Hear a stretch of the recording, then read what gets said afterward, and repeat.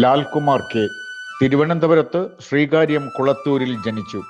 Chempazhanthi SN college, university college എന്നിവിടങ്ങളിലെ പഠനത്തിനു ശേഷം ഇഷ്ടവിഷയമായ ചിത്രകലാ പഠനമോഹവുമായി തിരുവനന്തപുരം ഫൈൻ ആർട്സ് കോളേജിലെത്തി BFAക്ക് ചേർന്നു. 1991 കേരള സർക്കാരിൽ എക്സൈസ് സർവീസിൽ ഉദ്യോഗസ്ഥനായി ചേർന്നു. 2017 റിട്ടയർ ചെയ്തു. യാത്രകളും ചിത്രരചനയുമായി ലാൽകുമാർ മുന്നോട്ട് പോകുന്നു.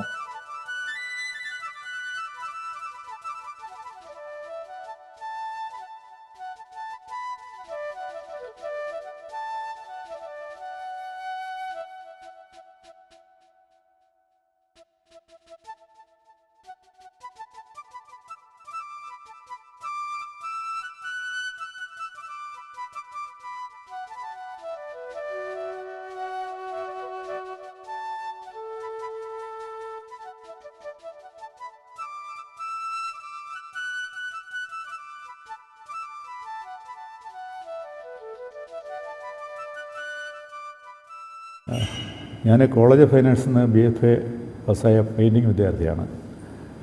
എൻ്റെ ഇവിടെ പ്രദർശിപ്പിച്ചിട്ടുള്ള ചിത്രങ്ങളെല്ലാം എൻ്റെ യാത്രക്കിടയിൽ സ്കെച്ച് ബുക്കിൽ ചെയ്ത വർക്കുകളാണ്. ഇവിടെ ഒരു 115ഓളം ഡ്രോയിങ്ങുകളും അതുമായി ബന്ധപ്പെട്ട് പേന കൊണ്ടും സ്കെച്ച് പെൻസിൽ കൊണ്ടും സ്കെച്ചിൻ്റെ പേന കൊണ്ടുമൊക്കെ ചെയ്ത വർക്കുകളാണ് ഇവിടെ എക്സിബിറ്റ് ചെയ്തിട്ടുള്ളത്.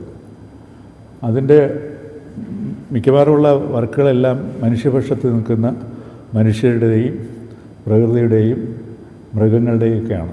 നമ്മൾ നിത്യജീവിതത്തിൽ കാണുന്ന മനുഷ്യരുടെ അവരുടെ ജോലി സംബന്ധമായ കാര്യങ്ങൾ, മനുഷ്യരുടെ ആവാസ വ്യവസ്ഥയിൽ അവർ നേരിടുന്ന ദൈനംദിന പ്രശ്നങ്ങളെല്ലാം എനിക്ക് വരയ്ക്കുന്നതിന് വിധേയമായിട്ടുണ്ട്. ലാൻഡ്സ്കേപ്പുകൾ, നമ്മുടെ സമൂഹത്തിൽ ചില ലാൻഡ്സ്കേപ്പുകൾ നമ്മളെ വളരെയധികം സ്വാധീനിക്കുന്നുണ്ട്.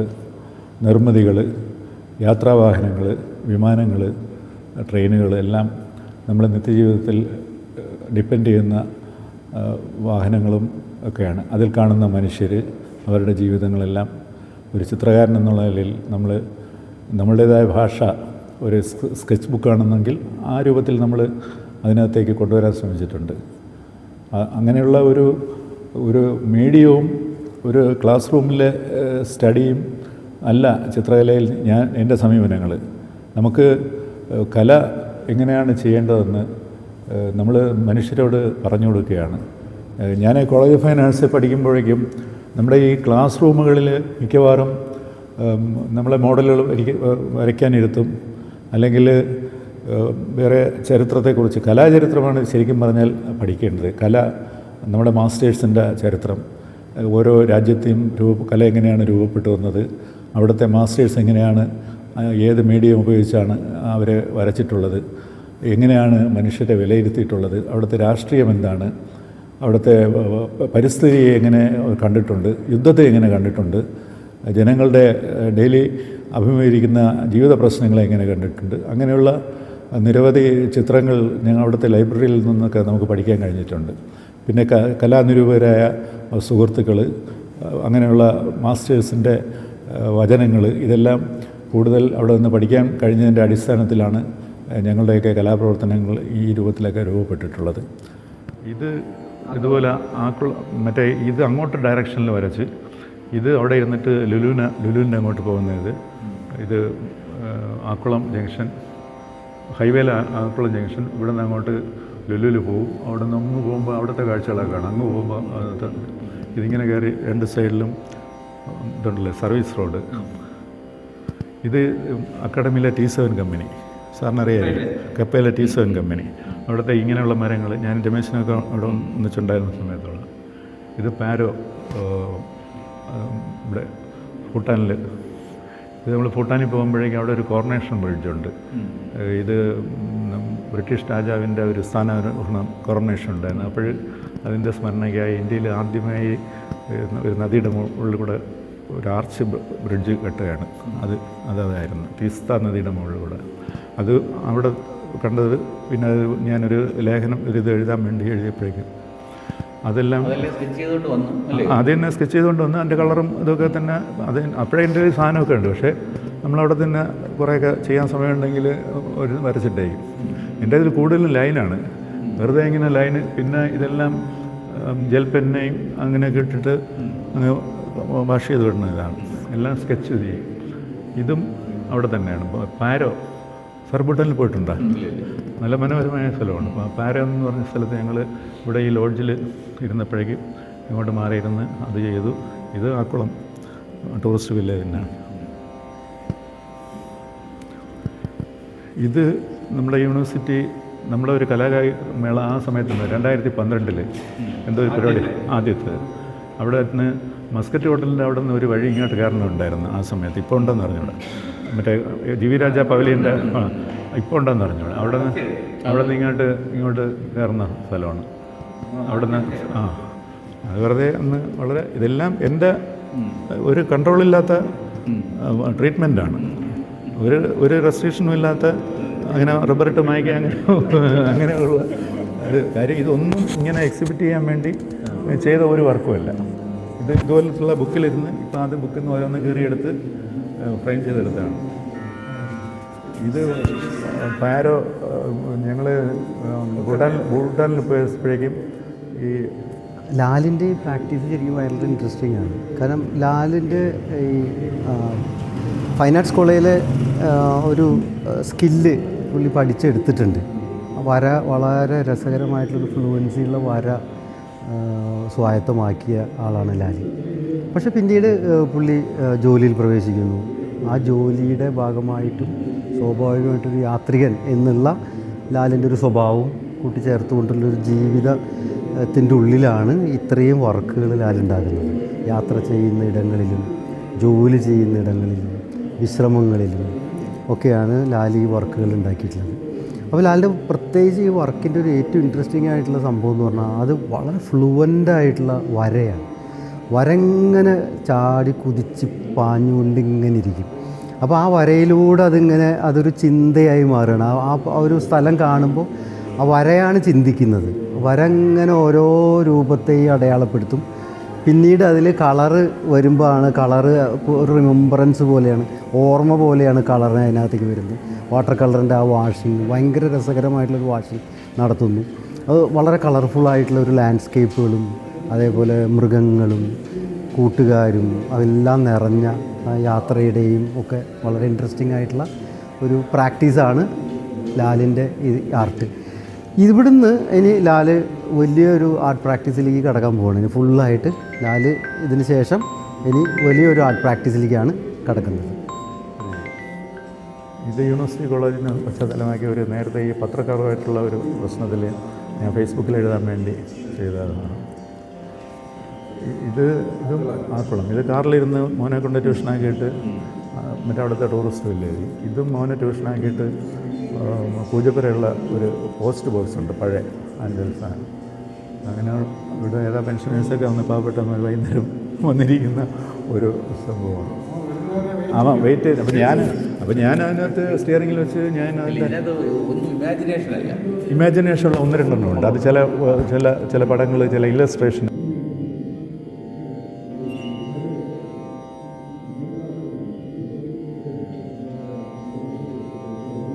ലുലുവിൻ്റെ അങ്ങോട്ട് അപ്പുറത്തൂടെ പോകുന്നു, ഇപ്പുറത്തെ അവിടെ നിന്ന് ഇങ്ങോട്ട് വരുന്നു. അന്ന് ഞാൻ വരയ്ക്കുന്ന സമയത്ത് കുറച്ച് ഗ്രീനറിയൊക്കെ ഉണ്ടായിരുന്നു. 2019. ഇത് ഈ ഭൂട്ടാനല്ല, ഇത് ഇവിടെ അരുണാചലിൽ താലേവാല എന്ന് പറഞ്ഞ റിസർവ് ഫോറസ്റ്റ് ഉണ്ട്. അതിനകത്ത് 1 മാസം ഞങ്ങൾ താമസിച്ചു. ഈ കെട്ടിടത്തിൽ താമസിച്ചു. അപ്പോഴേക്കും അവിടെ ഈ മിഥുൻ എന്ന് പറഞ്ഞ ഇറച്ചിക്ക് വേണ്ടി വളർത്തുന്ന മൃഗങ്ങളുണ്ട്. മിഥുന ഇദ്ദേഹത്തിൻ്റെ ഓണർഷിപ്പിലാണ് ഇവിടെ. ഇദ്ദേഹം അവിടെ വന്ന് ശബ്ദമൊക്കെ ഉണ്ടാക്കുമ്പോഴേക്കും ഒരു പ്രത്യേക ശബ്ദം ഉണ്ടാക്കുമ്പോൾ ഇതെല്ലാം ഇങ്ങനെ കൂടും. എന്നിട്ട് വരും. അപ്പോൾ ഇദ്ദേഹം ഉപ്പ് കൊണ്ടുവരും. ഉപ്പാണ് ഇതിനെ കൊടുക്കുന്നത്. എനിക്ക് വേണം ഉപ്പ് കൊടുക്കുമ്പോൾ ചിലപ്പോൾ പുല്ലുമേയുള്ള ഒരു ടെൻഡൻസിയെല്ലാം ഉണ്ടാകുമായിരിക്കും. അപ്പോൾ ഉപ്പ് കഴിക്കാൻ വേണ്ടി ഇതിങ്ങനെ വരും. അങ്ങനെ പോകും. അതിനെ പശ്ചാത്തലമാക്കി ഇത് RCCയിൽ ഒരു കൺസൾട്ടേഷന് ഭാര്യയായിട്ട് പോയപ്പോഴേക്കും അവിടെ ഇരിക്കുന്ന ഡോക്ടറെ കാണാതിരിക്കുന്നത് അത് ഈ ചെറിയ ബുക്കിൽ ഇതിൻ്റെ വലിപ്പമുള്ള ചെറിയ ബുക്ക് അതിൽ വരച്ചിട്ട് അതിൽ നിന്ന് ചീന്തിയെടുത്ത് ഫ്രെയിം ചെയ്താണ്. രണ്ടും അങ്ങനെയുള്ളതല്ലോ. ഇത് നമ്മളെ കടലെടുക്കുന്നതിന് മുമ്പേയുള്ള ശംഖുമുഖം ഇപ്പോൾ ഭാഗമില്ല. ആ ഭാഗമാണ് ശംഖുമുഖം നമ്മൾ മറ്റേ ഓഫീസിൻ്റെ ഫ്രണ്ടിൽ ഇങ്ങനെയൊക്കെ കെട്ടിവെച്ച ഒരു നേരത്തെ ഉണ്ടായിരുന്നു. അവിടെ ഏതാണ് ഈ 2019 ഇപ്പോഴൊന്നും ഇതില്ല എന്ന് ഞാൻ വരച്ചത്. അവിടെ പോയിരുന്ന് നോക്കി വരച്ചത്. ഇത് ആക്കുളത്ത് ഇത് ബോട്ട് ക്ലബിൻ്റെ ഇത് അവിടുത്തെ അന്നുള്ള കെട്ടിടമുണ്ടായില്ല. അപ്പോൾ ഇപ്പം പോയാൽ കൂടുതൽ സാധനം കാണാം. അവിടെ ഒരു ടവർ, ഇവിടെയൊക്കെ നമ്മൾ ഹൈവേ റോഡിലൂടെ പോകുമ്പോൾ അവിടെയൊക്കെ പറ പൊട്ടിച്ച സാധനമൊക്കെ. ഇത് ജനശതാബ്ദി ട്രെയിനിനകത്തിരുന്ന് ചെയ്തതാണ്. ഇത് ഇൻഡിഗോ ഫ്ലൈറ്റിനകത്തിരുന്ന്. അത് MGM സ്കൂളിൻ്റെ അവിടെ മറ്റേ അയൺ ബ്രിഡ്ജിലിരുന്നിട്ട് ചെറിയ ശ്രീ ലാൽകുമാർ എൻ്റെ സുഹൃത്ത് ആണ്. അതുകൂടാതെ എൻ്റെ സഹപ്രവർത്തനാണ്. ഞാൻ ലാൽകുമാറും എക്സൈസിൽ ഒരുമിച്ച് പ്രവർത്തിച്ചു. പുരോഗമന പ്രസ്ഥാനങ്ങളിലൂടെയൊക്കെ ഞങ്ങളുടെ പ്രവർത്തനങ്ങൾ ഒരുമിച്ച് കൊണ്ടുപോയി. അദ്ദേഹം ഒരു ജന്മനാ തന്നെ നല്ലൊരു കലാകാരനാണ്. ചിത്രകലയിൽ വളരെയധികം പ്രാവീണ്യമുള്ളതാണ്. എന്നാലും ഈ കാക്കയ്ക്കുള്ളിൽ ഉള്ള പ്രവർത്തിക്കുമ്പോഴും അദ്ദേഹത്തിൻ്റെ ഈ സർഗാത്മകത വിട്ടുപോകാതെ കാത്തു സൂക്ഷിക്കുവാനും അത് എഴുതി പടങ്ങളായി സൂക്ഷിക്കുവാനും കഴിഞ്ഞത് വലിയൊരു കാര്യമാണ്. ജീവിതത്തിൽ അദ്ദേഹം എന്നും ഇതിനു വേണ്ടി തന്നെ ഒരു വളരെയധികം സമയം ചെലവഴിച്ചതായിട്ടാണ് കാണുന്നത്. ഈ പ്രദർശനം വളരെയധികം ഒരു വലിയ അനുഭവമായിരുന്നു. അദ്ദേഹത്തിൻ്റെ ഈ പ്രവർത്തനങ്ങൾ, അതുപോലെ തന്നെ ഈ കലാപ്രവർത്തനങ്ങൾ തുടരണമെന്നാണ് എൻ്റെ അഭിപ്രായം. കൂടുതൽ സമയം ഇതിൽ കണ്ടെത്തുകയും ഇതിൻ്റെ പ്രവർത്തനങ്ങൾ കൂടുതൽ മെച്ചപ്പെട്ട രീതിയിൽ കൊണ്ടുപോകണമെന്നാണ് എനിക്ക് ആശംസിക്കുവാനുള്ളത്. എല്ലാ ആശംസകളും നേരുന്നു. അവിടെ ഇരുന്നപ്പോൾ തന്നെ ചെയ്താണ്. ഇതൊക്കെ കളർ ചെയ്യണമെന്ന് പിന്നെ ചെയ്യും ചില കാര്യങ്ങൾ, ഡ്രോയിങ് ഇട്ടിട്ടേക്ക്. ഇത് ഞാൻ എൻ്റെ ഒരു ഇമാജിനറി ആയിട്ടുള്ള നമ്മുടെ നാട്ടിൽ തന്നെ ഒരു ജോയിൻറ്റ് ഫാമിലി ഒരു ഗ്രൂപ്പ് ഉണ്ടായിരുന്നു. ഒരു 10-30 പേരുള്ള ഈ ഒരു ലേബർ ഫാമിലി ഉണ്ടായിരുന്നു. ഈ ട്രേഡ് വരുന്നതിന് മുമ്പ് ഇവർ ഒന്നിച്ചു പോയി ചുള്ളപ്പണി ചെയ്യുകയും പിന്നെ വീടുകളിൽ പോയി ഈ കല്ലും മണ്ണൊക്കെ ചുമന്ന് വീട്ടിലൊക്കെ ഇട്ട് കൊടുക്കുന്ന ഒരു ഫാമിലിയാണ്. NN പിള്ളയും കുടുംബം എന്ന് അവരെ നാട്ടുകാർ വിളിക്കും. അപ്പോൾ അവർ എന്നിട്ട് രാത്രി എല്ലാ സിനിമയും ഒരു സിനിമ തന്നെ എല്ലാ ദിവസവും കാണാൻ പോകും. ഒരു സിനിമ തന്നെ സിനിമാ തിയേറ്ററിൽ അക്കൗണ്ട് ഉണ്ടായിരുന്നു അവർക്ക്. അങ്ങനെയുള്ള നല്ലവണ്ണം മദ്യപിക്കുകയും വെള്ളം ഉണ്ടാക്കുന്ന ഒരു ഫാമിലിയായിരുന്നു. ഇങ്ങനെ ഉച്ചയിലൊക്കെ മുടിയും കിട്ടി. ഇത് ഞാൻ ഒരു കഥയ്ക്ക് വേണ്ടി എൻ്റെ സെൽഫായിട്ട് അൺഷേപ്പ്ഡായിട്ടുള്ള ഒരു അങ്ങനെയൊക്കെയുള്ള ആളുകളാണ്. അങ്ങനെ വരച്ച ഒരു ഇതാണ്. അതിനുവേണ്ടി ഒരു കഥ എഴുതിയിട്ടുണ്ട്. പിന്നീട് നമ്മൾ ഇത് ഓർത്ത് കാര്യം അവരെ അവരുടെ ഒരു അനാട്ടമി അങ്ങനെയൊന്നുള്ള ഒരു മനുഷ്യരല്ല. അവർ അങ്ങനെയുള്ളൊരു കുടുംബമാണ്. ഇപ്പം അവരൊക്കെ ഭയങ്കര റിച്ചായി പൈസയൊക്കെ വന്ന് റെയിൻബോസ് അവിടെയൊക്കെ സ്ഥലമൊക്കെ വന്ന് എന്നാലും ആ ഫാമിലി ഇപ്പോഴും അറിയപ്പെടുന്നത് NN പിള്ളയും കുടുംബത്തിലാണ്. ഇപ്പോഴും ഉണ്ടായിരുന്നു. എൻ്റെ ഈ ഷോയുടെ കോൺസെപ്റ്റ് എന്ന് പറഞ്ഞാൽ ഒന്ന് ഈ പടമാണ്. ഈ ട്രേഡ് യൂണിയൻ സംവിധാനമൊന്നും ഇല്ലായിരുന്ന സമയത്ത് നാട്ടിലെ ആളുകൾ ഇതുപോലെ ജോലിക്ക് പോവുകയും കാര്യങ്ങൾ ചെയ്യുകയും ചെയ്ത അടിസ്ഥാന വർഗം, അങ്ങനെയുള്ള ഒരു ഫാമിലി, പിന്നെ നാട്ടുപ്രദേശത്തെ സിനിമാ തിയേറ്റർ, അങ്ങനെ ഉള്ള ഒരു തോട്ട് വെച്ചിട്ടാണ് ആ ഒരു ഇത് ചെയ്തത്. ഇത് സാറിൻ്റെ നാട്ടുകാരെ സാറിൻ്റെ ഫ്രണ്ട് സാറിൻ്റെ അറിയാവുന്നതാണ്. ഇത് എൻ്റെ തന്നെ ഒരു സാധനം ഞങ്ങൾ പുല്ലുപറിക്കാൻ പോകുന്ന ഒരു കഥയും കാര്യമായിട്ടുള്ള ഒരു വിഷയമാണ്. അന്നത്തെ ഫ്രോഗ് മാൻ ഓഫ് ഇന്ത്യ. ഇത് ഒരു ഭൂട്ടാൻ ലേഡിയാണ്. അവർ ഞങ്ങൾ താമസിച്ചതിൻ്റെ അടുത്ത് ഒരു ചെറിയ കടയിൽ നടത്തുന്നതാണ്. അപ്പം പെട്ടെന്ന് അവിടെ സാധനം വാങ്ങിക്കാൻ പോയിട്ട് സ്കെച്ച് പെന്നുണ്ട് അവിടെ വരച്ചിട്ട് പിന്നെ അത് ഞാൻ അതിനും 1976 മുതൽ കുളത്തൂർ വിവാഹം കഴിച്ച് വന്നതാണ്. ആ നാൾ മുതൽ അറിയാവുന്ന ഒരു വ്യക്തിയാണ് ലാൽകുമാർ. എൻ്റെ ഭർത്താവ് ഇലക്ഷനിൽ നിൽക്കുന്ന തോപ്പിൽ ധർമ്മരാജൻ ഇലക്ഷനിൽ നിൽക്കുന്ന സമയത്തും നമ്മുടെ ചിഹ്നങ്ങൾ വരച്ച് നമ്മുടെ നാടിനൊരു അഭിമാനമായ ഒരു വ്യക്തിയാണ് ലാൽകുമാർ. അതുപോലെ നമ്മുടെ നാടിൻ്റെ ഇത്രയും നല്ല വികസിച്ച് വരുന്ന നമ്മുടെ ആർട്ട് കലകളിൽ നല്ല പ്രാവീണ്യമുള്ള ഒരാളിനെ ഇനിയും നല്ല ഉന്നതങ്ങളിൽ എത്തിച്ചേരണമെന്നുള്ള ഒരു ആഗ്രഹമാണ് എനിക്കുള്ളത്. അതിനുവേണ്ടിയുള്ള എല്ലാ ആശംസകളും അറിയിക്കുന്നു.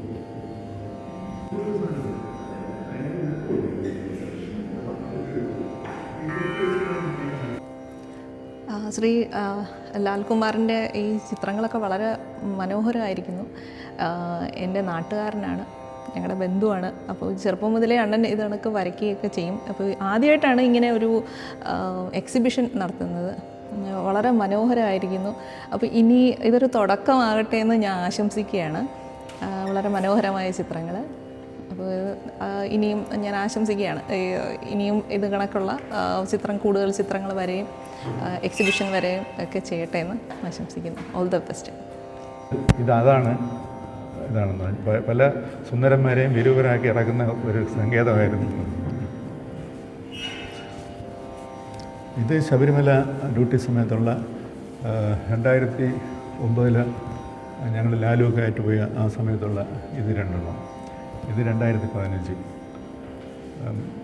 ഇതെല്ലാം നമ്മുടെ ഓഫീസിൻ്റെ ആ ഇടഞ്ചാടി ഇരുന്ന് ഞാനവിടെ ഇരുന്ന് ഇത് വരയ്ക്കുന്ന സമയത്ത് മനോരമയുടെ എല്ലാം ഓഫീസ് മുകളിലാണല്ലോ, അതിൻ്റെ മുകളിൽ. അതിനകത്തിരുന്ന് അവർ ക്യാമറ മുകളിൽ നിന്ന് ഫോക്കസ് ചെയ്ത് ഞാൻ വരച്ചുകൊണ്ടിരിക്കണതൊക്കെ എടുത്തു. പിന്നെ അകത്ത് കയറി വന്ന് ചോദിച്ചു ഇതാരാണ് വരച്ചതെന്ന് ചോദിച്ചു. അന്നൊരു ന്യൂസ് വന്നായിരുന്നു. ഇത് പമ്പ, നമ്മുടെ ഓഫീസിൻ്റെ മുകളിൽ അവിടെ ഇരുന്നിട്ട് താഴോട്ട് ഇത്രയും ഭാഗം നമ്മുടെ എക്സൈസിൻ്റെ ഓഫീസിനകത്ത് ഇരുന്നിട്ട് ഇത് ചെയ്തതാണ്. ഇത് പമ്പയ്ക്ക് കുറുകെയുള്ള പാലം, അടിയിൽ കൂടെ ഇത്. അതും 19 അന്ന് ഞാൻ മാവേലിക്കര സമയത്ത് അവിടുന്ന് ഡ്യൂട്ടിക്ക് പോയതാണ്. ഇതൊന്ന് ഇവിടെ കുറേ ഷെഡും. ഇത് പുല്ലുമേട് വയർലെസ് സ്റ്റേഷനിലിരുന്നിട്ട് ശബരിമല ചെയ്തതൊക്കെയാണ്. ശബരിമല ഇത്രയും പോർഷനേ ഉള്ളൂ ശബരിമല. ഇതും ഇതാണ് ജെൽ പേനയാണ്. നമ്മളവിടെ ഡ്യൂട്ടി ചെയ്തിട്ട് കാലത്തെ അവിടെ നിന്ന് ഇറങ്ങി പോകുമല്ലോ, എല്ലാം കൂടെ പോയി അങ്ങ് പുല്ലുമേട് വരെ നടന്നിട്ട് സ്ഥിരം പരിപാടിയാണല്ലോ. അങ്ങനെയുള്ള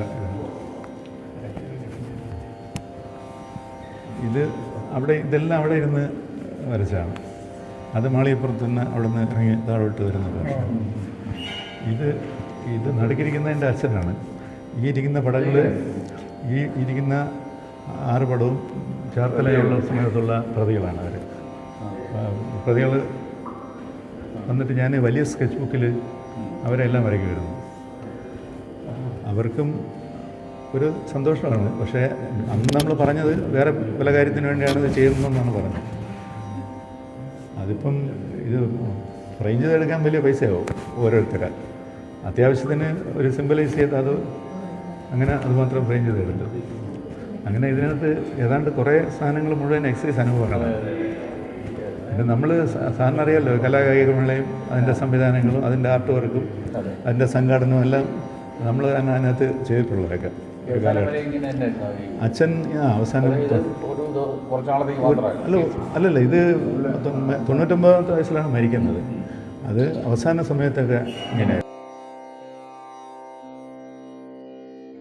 ഡിസ്പ്ലേ ചെയ്യുന്നതിന് പ്രത്യേക ഇതുണ്ട്. ഇത് ടീമുണ്ട്. പക്ഷേ ഇത് നമ്മുടെ സർക്കാരിൻ്റെ സ്ഥാപനമായതുകൊണ്ട് ഇതിനകത്ത് നമുക്കൊന്നും ചെയ്യാൻ പറ്റില്ല. നമുക്ക് ഡബിൾ സൈഡ് ടേപ്പൊന്നും ഒട്ടിക്കാൻ പറ്റില്ല. വേറെ നമ്മളുണ്ട് ഇതൊക്കെ ഇങ്ങനെ പോകും. അത് ഗവൺമെൻറ് പരിഹരിക്കേണ്ട കാര്യമാണ്. അതങ്ങനെയാണ്. ശരി അപ്പം.